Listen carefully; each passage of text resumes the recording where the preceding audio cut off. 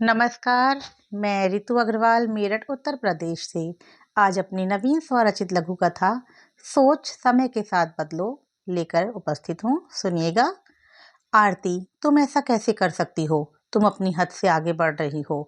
ननद रीमा ने घर में घुसते ही आरती पर झल्लाना शुरू कर दिया। दीदी आप बैठिए तो, क्या हो गया? क्या बात है? आप इतना नाराज क्यों हो रही हैं? कुछ तो बताइए। आरती ने रीमा को पानी का गिलास पकड़ाते हुए कहा। आरती, माना समय बदल गया है, पर इतना भी नहीं कि हम रीति रिवाजों, संस्कृति, मान्यताओं को ना माने जो पीढ़ियों से हमारे मध्य चली आ रही हैं। ये रीति रिवाज ही तो हमारी पहचान है। रीमा ने आरती को आग्नेय नेत्रों से घूरते हुए कहा। मैं आपकी बात समझ नहीं पा रही हूँ दीदी, आप क्या कहना चाह रही हैं? आरती ने पूछा। माँ बता रही थी कि यामी की माहवारी शुरू हो गई है और तुम ऐसी हालत में उसे रसोई घर में भी जाने देती हो, पूजा के कमरे में भी, और यहाँ तक कि तुमने कल उसे कीर्तन में भी बिठा लिया। क्या तुम नहीं जानती कि माहवारी के समय लड़कियों महिलाओं को कीर्तन एवं रसोई घर जैसी पवित्र जगहों पर जाना वर्जित होता है?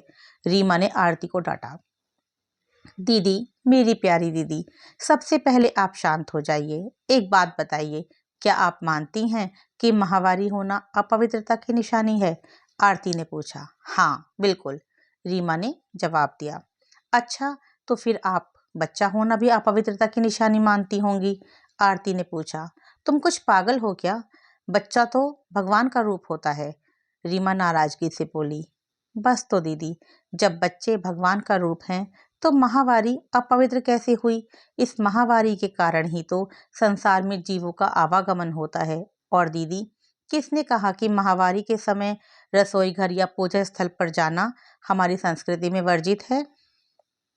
दीदी, माँ को तो मैं कुछ नहीं कह सकती, लेकिन हम आप तो इसकी वैज्ञानिकता समझ सकते हैं।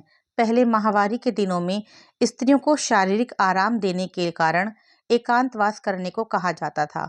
सुविधाओं का अभाव दूसरा एक बड़ा कारण था। पर आज पेन किलर्स और सैनिटरी पैड्स के होते हुए महिलाओं में कोई समस्या नहीं होती।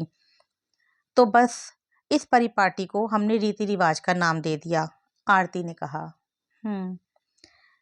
कहकर रीमा चुप हो गई। बहुत धन्यवाद।